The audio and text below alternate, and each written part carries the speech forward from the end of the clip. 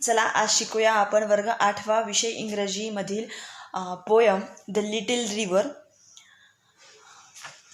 The little river ही एक छानशी पोयम आहे जी आपण आज पाहणार आहोत. Our little river it meander along. What is the meaning of meander? Meander means you can see in the pink margin. Meanders means flow with a twist and turns. नागमोडी वळणाने जी नदी वाहते ना त्याला म्हटलं जातं meanders. In summer the water is only knee deep. म्हणजे our little river in मिंडर along म्हणजे नागमोडी वळणगी एक छोटीशी नदी वाहते. इन समर उन्हाळ्यामध्ये the water is only knee deep. उन्हाळ्यामध्ये त्या नदीमध्ये किती पाणी असतं? फक्त गुडघ्याभरच पाणी असतं. And काऊज and carts can cross it with is. And काऊज म्हणजे गाई आणि कार्ट्स म्हणजे बैलगाड्या. गाई आणि बैलगाड्या सहज तिला उन्हाळ्यामध्ये पार करू शकतात. For the banks through high are not too steep. किनारे तिचे उंच असले तरी मात्र ते घसारडे नसतात. बँक्स म्हणजे नदीचे किनारे. आता उन्हाळ्यामध्ये नदीचे किनारे हे घसरडे नसतात, ते फक्त पावसाळ्यामध्ये असतात किंवा मग जास्तीत जास्त हिवाळ्यामध्ये असतं. उन्हाळ्यामध्ये थोडं उष्ण वातावरण असतं त्यामुळे नदीचे किनारे हे तेव्हा घसरडे नसतात. हा झाला आपला पहिला स्टँजा. सेकंड स्टँजा पाहूया. No sign of slime the sand shine bright. No sign of slime the sand shine bright. Slime means thick slippery substances. जे थिक आहे, स्लिपरी सबस्टन्स आहे, घसरड्या आहे असा चिखल. No sign of slime. उन्हाळ्यामध्ये घसारडा चिखल नसतो. Sands shine bright. आणि जी नदीमधली जी रेती असते, सँड्स असते, ती खूप ब्राईट चमचम चमकते. On our shore kash fields blossom white. What is the meaning of kash? Kash means tall grass with a white feathery floor.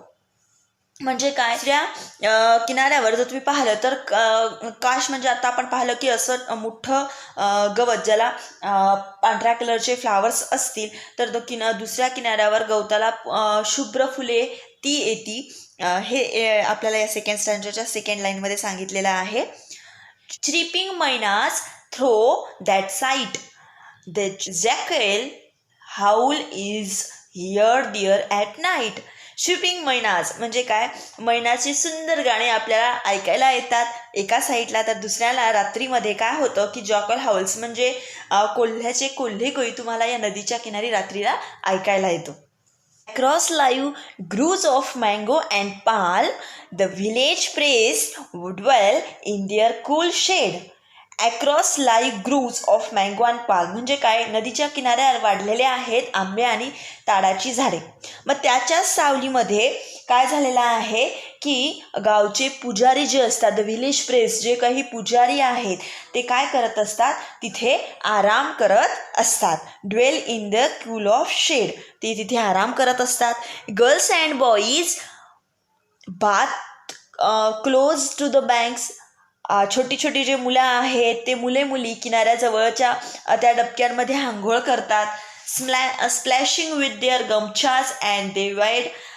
जे आपले मुलांचे जे गमछे असतात ते सांभाळत ते मात्र तिथे मस्ती करत असतात. मोज मस्ती उन्हाळ्यामध्ये मुलांची तिथे चाललेली असते छोट्या छोट्या. At dusk and dawn once there bath is done. नदीच्या पाण्यामध्ये तुडुंब झालेल्या त्या सकाळी आणि संध्याकाळी पहा. ॲट डस्क अँड डाऊन म्हणजे सकाळ आणि संध्याकाळी.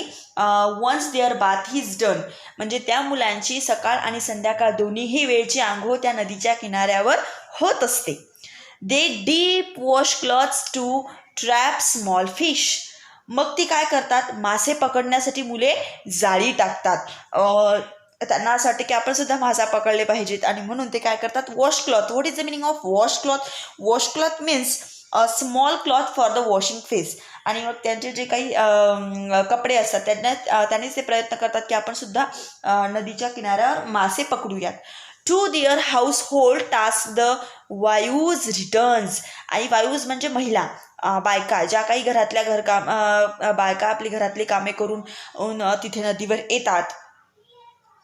Having use river sand and the sour each dishes. आणि नदीच्या रेतीने घासून भांडी स्वच्छ करतात, कपडे धुतात. बरोबर आहे ना? In Ashadh clouds gathered the water rise. म्हणजे आषाढ महिना आला ना की ढग आणि जे नदीचे पाणी आहे, क्लाउड्स गॅदर, ढग येतात, वॉटर राईज, आणि आषाढ महिन्यामध्ये नदीच्या पाण्याला वाढ होते. The rivers in spate the current grows strong. In spate म्हणजे a sudden flood in a river. म्हणजे काय होतं की प्रवाह होतो आणि त्यामुळे मोठा प्रवाह असला, वेग जास्त असला की त्या ठिकाणी जो नदीचा प्रवाह आहे तो खूप आषाढ महिन्यामध्ये जास्त होतो. The air is rife with babbling sound. Rife म्हणजे फुल ऑफ अँड बबलिंग म्हणजे टॉकिंग रॅपिडली. म्हणजे काय, खळखळणारा जो आवाज असतो ना नदीच्या जो वाऱ्यामुळे नदीच्या पाण्याला खळखळ खळखळ आवाज येतो, तो सुद्धा खूप छानसा असतो. मडी टॉरेंट्स विल्स अलॉंग. म्हणजे काय, गढूळ असलं तरी पाण्याचा प्रवाह मात्र हा चालूच असतो. टॉरेंट्स म्हणजे rapid flow of the water. Torrent म्हणजे काय होतं, रॅपिड फ्लो, खूप जास्त प्रवाह असला तरी मात्र तो कसा असतो, मडी असतो, कारण की पावसाळा आला असतो, सगळीकडे पाहून पाणी वाहत वाहत येतं, त्यामुळे त्याचा रंग गढूळ झालेला असतो. The woods and shore stir of to light again. किनाऱ्यावरच्या जीवनाला या सर्व स्वरांनी काय मिळतो, वाव मिळतो. And our village weekends to celebrate the rain. आणि पावसाच्या उत्सवासाठी सर्वजण सज्ज होतात. रवींद्रनाथ टागोर यांनी लिहिलेली ही छानशी इंग्रजीमध्ये लिटल रिव्हर ही पोयम आहे. यामध्ये तुम्ही पाहू शकता की आपल्याला सगळ्यात पहिले लेखक कवी काय म्हणतात, Rabindranath Tagore. How do we know that the river is just knee deep. आपल्याला कसं माहिती असेल की नदीमध्ये फक्त गुडघाभर पाणी आहे.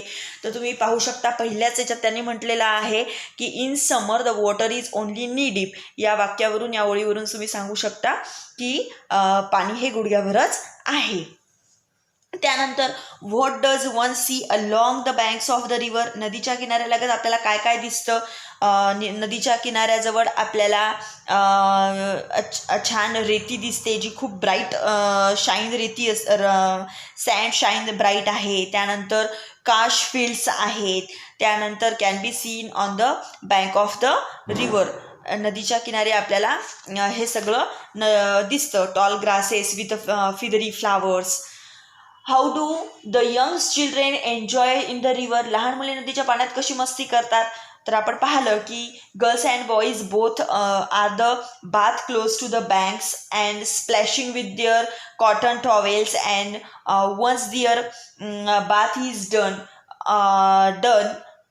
सकाळ आणि संध्याकाळ. Dusk and dawn once their bath is done. आणि नंतर पाहिलं की they dip wash clothes to trap small fish. लहान माशांना पकडण्यासाठी सुद्धा ते प्रयत्न करतात. अशा पद्धतीने मुले पाण्यामध्ये मस्ती करत असतात. How does the river change in Ashadh. Ashadh महिन्यामध्ये कसं चेंज होतं रिव्हर. तर तुम्ही पाहू शकता इथे आपल्याला सांगितलेलं आहे की आषाढ महिना जसा येतो तर तसेच क्लाउड्स गॅदर, वॉटर राईज. त्यानंतर पाहिलं की आपण जे नदीचं पाणी आहे ते खूप जास्त वाढतं. त्याचा टोरेंट आहे तो सुद्धा, मडी टोरेंट म्हणजे जो फ्लो आहे तो सुद्धा रॅपिड होतो, फास्टली होतो.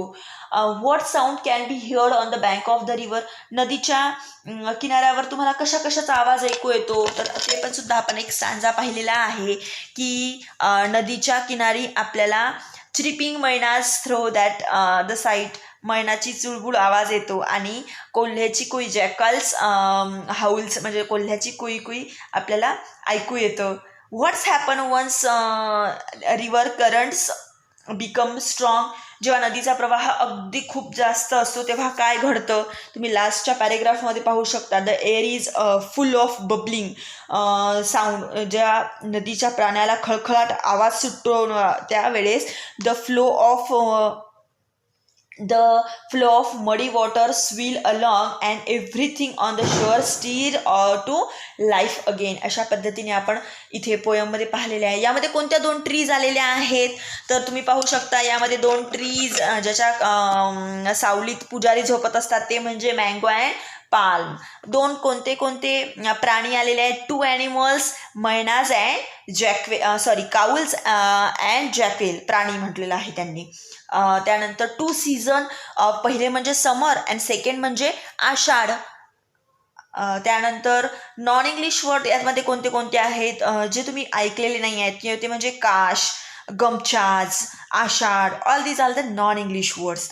To different timings of the day, दिवसाचे दोन वेगवेगळे वेळ सांगण्यासाठी कोणते दोन शब्द आलेले आहेत?